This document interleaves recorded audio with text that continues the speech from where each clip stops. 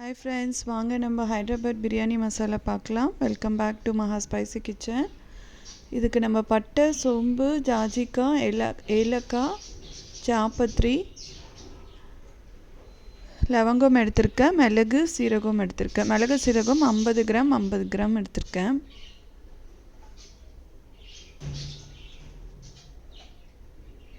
So Hyderabad பிரியாணின்றதுனால கொஞ்சம் spicy இருக்கும், அதனால் மிளகு நம்ம சேர்த்துக்கிறோம். இதை நம்ம எல்லா ஸ்பைசஸையும் வந்து ட்ரை ரோஸ்ட் பண்ணிக்கலாம். இன்க்ரீடியன்ட்ஸ் வந்து நான் தனியாக உங்களுக்கு அட்டாச் பண்ணிடுறேன், பார்த்துக்கோங்க.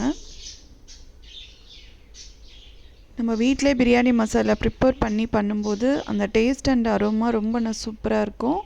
ரொம்பவும் நீங்கள் சேர்க்க வேணாம், ஒரு ஸ்பூன், ஒரு டேபிள் ஸ்பூன் சேர்த்தாலே போதும், பிரியாணிக்கு நல்ல ஒரு ஃப்ளேவர் கொடுக்கும்.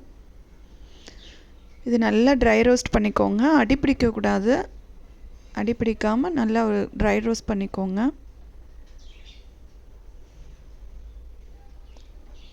நீங்கள் வந்து அதை கிண்டிகிட்டே இருக்கணும், கொஞ்சம் அப்படியே விட்டுட்டிங்கன்னா அடிப்பிடிச்சிரும். அப்படியே நம்ம இதில் 50 கிராம்ஸ் வந்து ஜீரகமும் மிளகு ரெண்டுமே ஆட் பண்ணிக்கிறேன். இதில் வந்து நான் தனியாக சேர்க்கலை.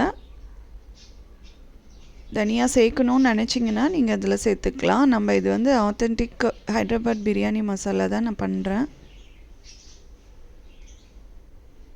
தனியாக சேர்க்கணுன்னா இன்னும் நீங்கள் அதில் ஒரு 50 கிராம் தனியாக சேர்த்துக்கலாம்.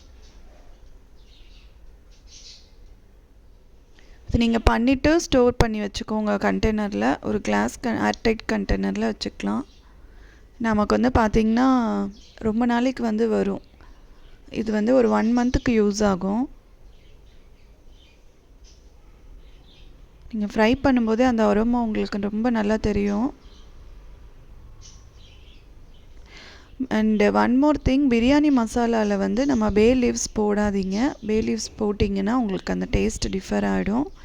நம்ம தாளிக்கும் போது மட்டும்தான் பிரியாணியில் பே லீவ்ஸ் ஆட் பண்ணுவோம், மசாலாவுக்கு ஆட் பண்ண வேண்டாம்.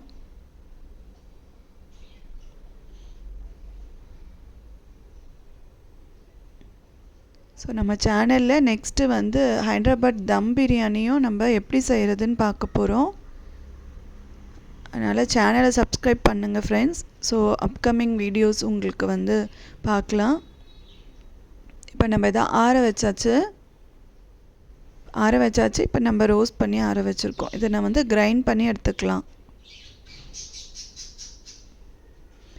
ஃப்ரெண்ட்ஸ், சப்ஸ்கிரைப் பண்ணிவிட்டு நீங்கள் வீடியோ பாருங்கள். நிறைய பேர் சப்ஸ்கிரைப் பண்ணாமே பார்க்குறீங்க. So support my channel. Subscribe பண்ணிங்கன்னா ஸோ அப்கமிங் மோர் ரெசிபீஸ் நீங்கள் பார்க்கலாம். மேக்ஸிமம் நான் இது வந்து பிகினர்ஸ்க்காகவும் பேச்சுலராக ஸ்டே பண்ணியிருக்காங்க, அவங்களுக்கு குக்கிங் ஸ்ட்ரகிள் இருக்குது, அவங்களுக்காகவும் நான் வீடியோஸ் அப்லோட் பண்ணுறேன். ஸோ வீடியோஸ் பாருங்கள், பிடிச்சிருந்தால் லைக் பண்ணி ஷேர் பண்ணுங்கள், சப்ஸ்கிரைப் பண்ணுங்கள் ஃப்ரெண்ட்ஸ். ஸோ இந்த மாதிரி நம்ம வந்து ஏர்டைட் கண்டெய்னரில் இந்த பிரியாணி மசாலாவை நம்ம ஸ்டோர் பண்ணி வச்சுக்கலாம். இது நமக்கு 1 மந்த்து கூட வரும். ஸ்மூத்லி ஒன் டேபிள் ஸ்பூன் இல்லை 1.5 டேபிள் ஸ்பூன் தான் நம்ம 1 டைமுக்கு வந்து ஆட் பண்ணுவோம். அதுவே போதும், ஃப்ளேவர் நல்லா கொடுக்கும். நீங்கள் இந்த சிக்கன் கிரேவியில் கூட நீங்கள் வந்து ஆட் பண்ணிக்கலாம். நீங்கள் இந்த ரெசிப்பியை வந்து ட்ரை பண்ணி பார்த்துட்டு நீங்கள் பிரியாணியில் ஆட் பண்ணி ட்ரை பண்ணி பார்த்துட்டு எப்படி இருக்குதுன்னு சொல்லி எனக்கு கமெண்ட் செக்ஷனில் கமெண்ட் பண்ணுங்கள் ஃப்ரெண்ட்ஸ். இந்த வீடியோ பிடிச்சிருந்தால் லைக் பண்ணி ஷேர் பண்ணுங்கள், சப்ஸ்கிரைப் பண்ணுங்கள்.